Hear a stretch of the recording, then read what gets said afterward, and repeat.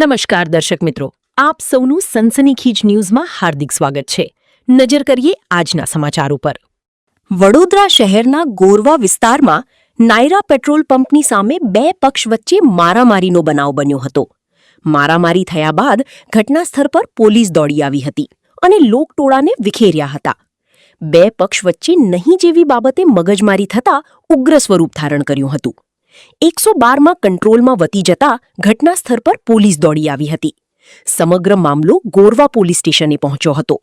લુખ્ખા તત્વોનો આતંક દિવસે ને દિવસે વધી રહ્યો છે, ત્યારે ગોરવા પોલીસ સ્ટેશન પર અનેક સવાલો ઊભા થાય છે।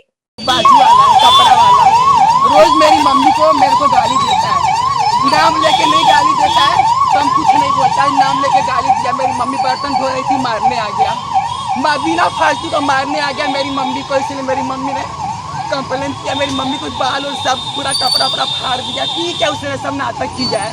मेरी मम्मी ने नहीं मारा, वो अपने मियाँ बीवी झगड़ रहे थे, फिर मेरी मम्मी को मारने आ गया। वो कुछ नहीं मारा, कुछ नहीं मारा, कुछ नहीं कुछ लेके गए, नहीं लेके गए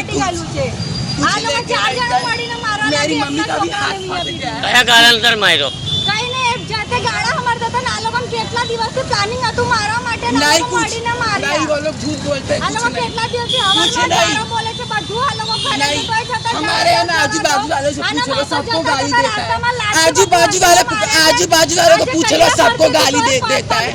आजू पूछे वाले को કશું જ નહીં કીધું અમે લોકો।